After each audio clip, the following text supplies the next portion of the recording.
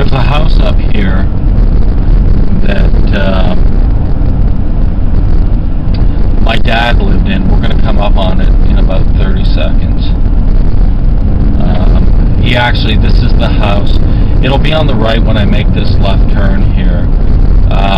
He actually died in that house. This building right here where you see this person sweeping used to be a restaurant called Manny's back in the late 80s up until 1991.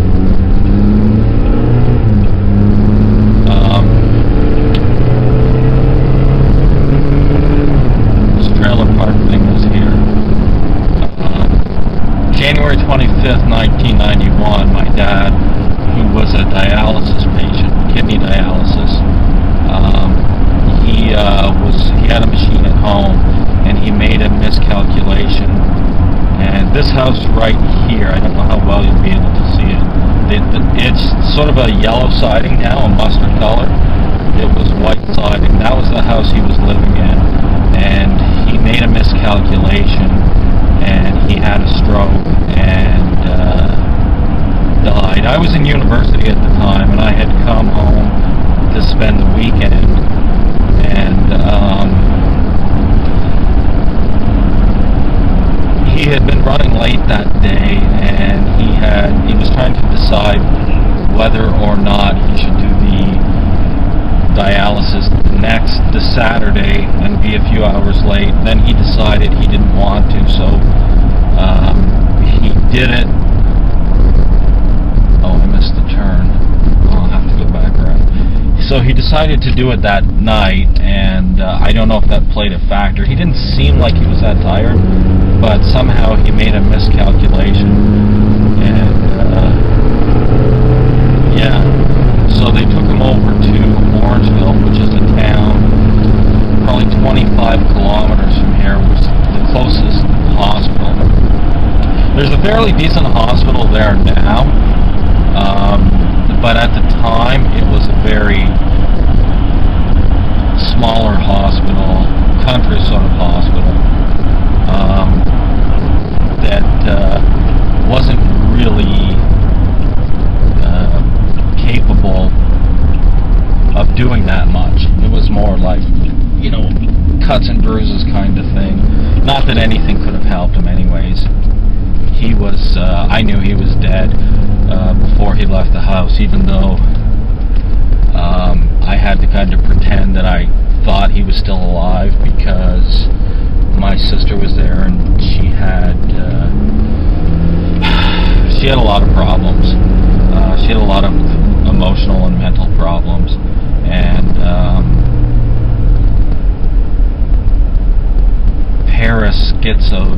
paranoid schizophrenic, I guess, basically.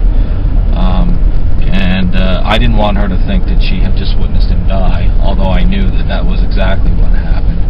But anyways, they went over there, and they had to transfer him. It was midnight when I called the ambulance, and they transferred him the next morning down to Western Hospital in Toronto, and it was too late then. He was on life supports. It was over. But like I said, it was over anyways. This is Highway, I think. Yeah, it's busy. This is Highway 50 here. About a kilometer down here, when I make the turn, you'll see the actual little town. I haven't been up here in years. I was way up in Collingwood today working on something, and Collingwood town of Blue Mountains area, which has really become a really nice area. Not that this is a bad area. It's got some more upscale properties and stuff than it used to, but I couldn't live there. It's still a bit hip too. But anyway, the hospital in Orangeville that he went to is now an old age home, and there's a big, more modern one, because cities south of here, like Brampton, are much bigger now than they were back then. I think Brampton has 400,000 people or something now, so,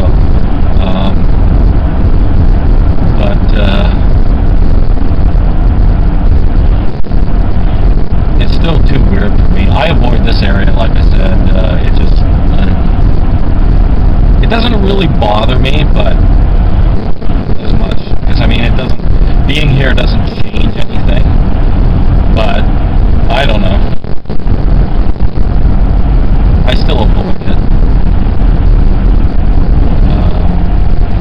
For the most part, there's subdivision to the left of me that wasn't there, and it's all home start at $1.5 million. And it'd be okay if you lived, I guess, or if you worked in Mississauga, Burlington, something like that.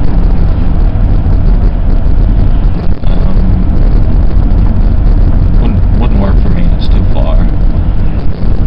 Besides, as the older I get, the more I kind of like conveniences too. There's a provincial park here where this pickup truck is coming from, I think. People camp there. This is basically the town. It's just this little nothing really. Oh look, my camera's gonna die soon. So I cut out, that's why. But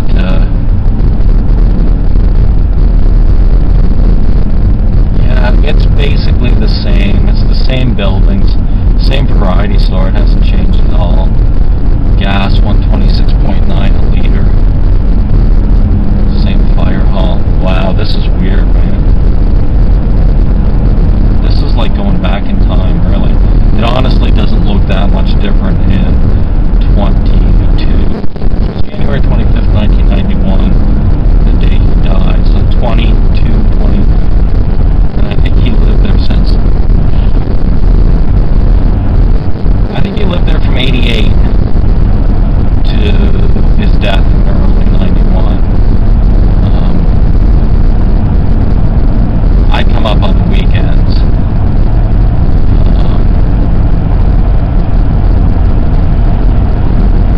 From York University.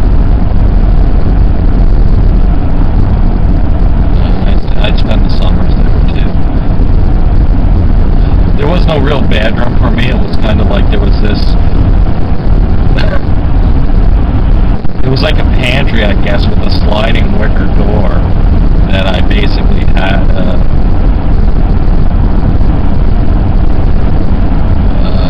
cot and a little desk and a TV. I didn't spend much time there anyways. But for the when the school year was over, and yeah, it wasn't great. It was a nice house though. It was a big house. It's just it was 4 bedrooms, and my dad was on a disability pension, so he had one of his brothers, my sister,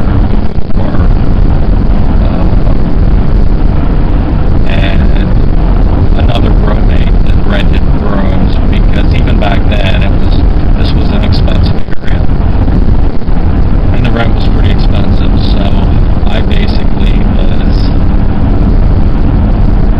I'd spent 4 months in this little pantry with a sliding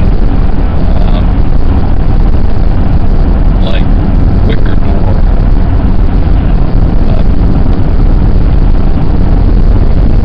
Yeah, needless to say, I didn't spend that much time there.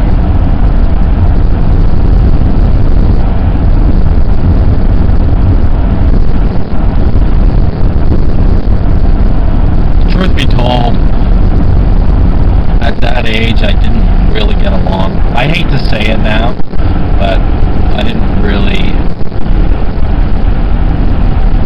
get along with my dad all that well at the time. For those of you who have parents that would be in the 70 to 90 age range, you'll know what I'm talking about. People that came from Europe of that age were in a way, I don't know, maybe overcompensating for leaving their country and coming here, and they felt a little insecure and it came out as aggression at times, a little overly aggressive and overly know-it-all-y. So know what I mean. So nothing was ever good enough. Nothing was ever right. There was always a complaint about something, even though I was, you know,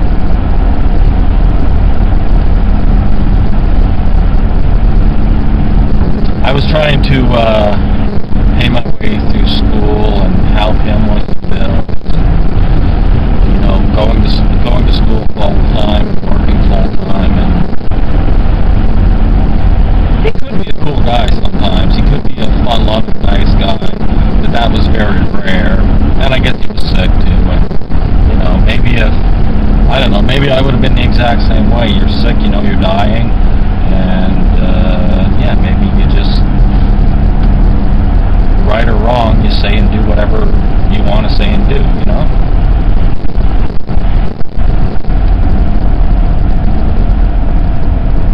I'm going to take a side street here. I'm probably going to get lost. But I have to start heading east. I got a fair ways to go. It's 6:51. I've probably got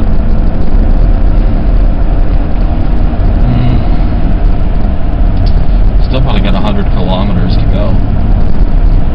But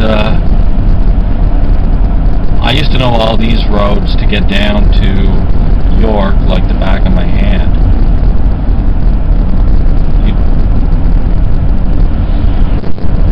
Because I was always rushed. This was one of them I used to take. And I think it goes over to Highway 27. It might go over as far as Kiel or Jane Street. I'm not 100% sure. But it was one of those ones where it was always plowed in the winter. You know, this time of year you don't realize how hard it is to drive 60 kilometers one way, but you got to remember, which is like 40 miles, 36 miles, but you got to remember you're doing that on a sheet of ice a lot of times, especially if it hasn't been plowed. So it was kind of stressful, and I think at times my dad wanted me to live up there, even though there wasn't really any room for me. I was trying to have my own life, and that's why with my own daughter I kind of understand why she's probably going to stay in the house she's renting for university next summer. I still hope she comes around for a week here, a week there, but I understand why. You know, you want to start having your own life, and you want to start doing your own things. So, I've probably babbled enough. I think maybe I'll end this here. Or should I go a little longer? I'm also kind of tempted to see how long it takes before the camera dies. Which should be soon, because I'm seeing I need a recharge, and I don't have my charger with me. No, this is a little bit different. Or maybe I'm just remembering differently. But, still not a lot of development. I kind of hope it stays that way, too. You know? We don't need to overdevelop every area. All the area from Toronto west, there's enough construction and high-rises and stuff like that there. Do we need any more?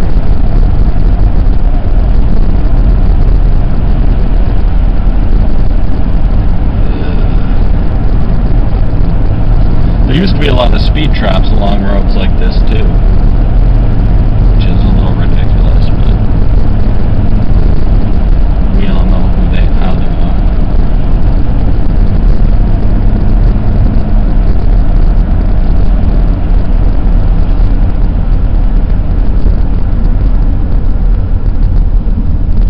Trying to figure out what this is here. Trying to get some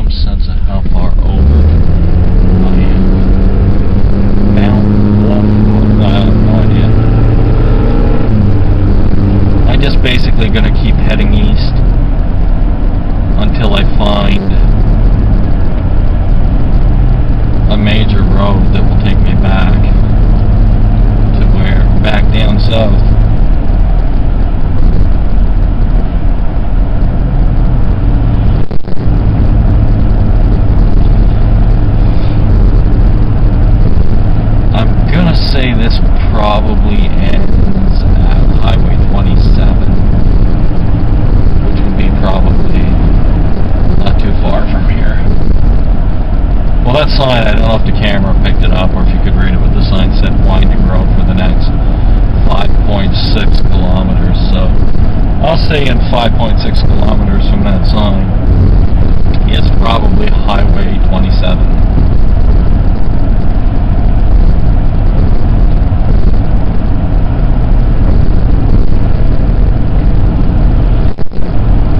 Put some stuff in the old slow cooker before I left this morning, and but then I ate like an hour ago, so I don't know. Meatballs and barbecue sauce with onions, red and green peppers, mushrooms, and a little salsa to make meatball hoagies when I get home, because I knew I was going to have a late day.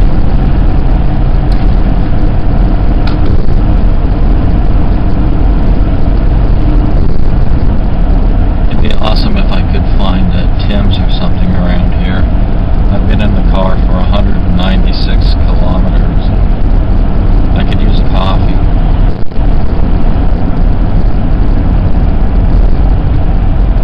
Oh, this spot right here, this little street, that's where I got nailed a couple times back in late 80s, early 90s by a speed trap. It was a dirt road then at that part. That's why it looks different. This has been paved. It's starting, some of it's kind of coming back to me.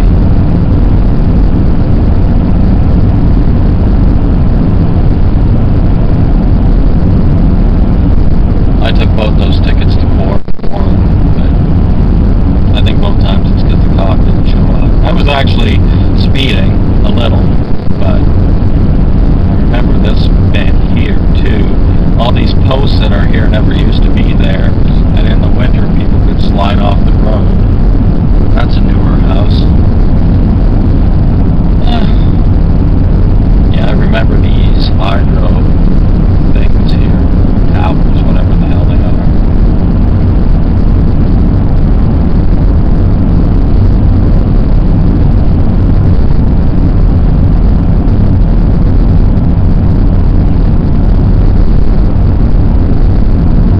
There's another new McMansion being built.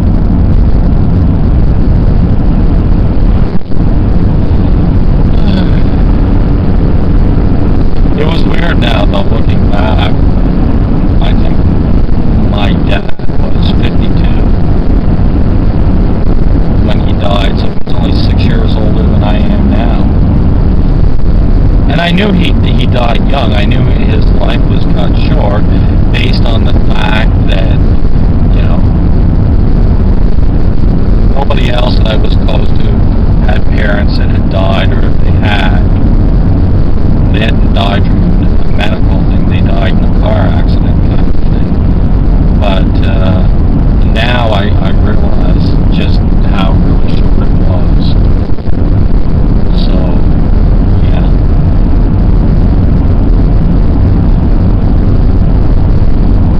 I think Highway 27 is right up here, and if it is, that's where I'm going to shut the camera off.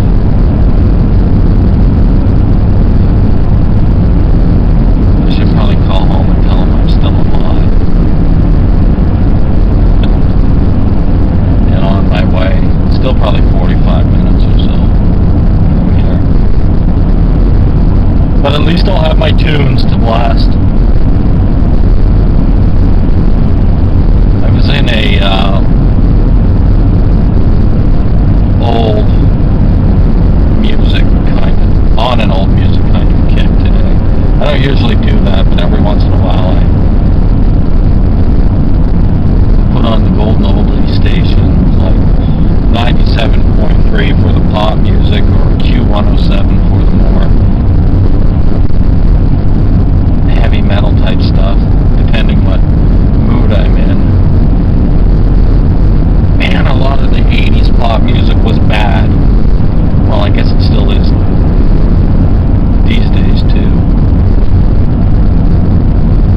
Yep, this is Highway 27. I'll make it home. Talk to you guys later.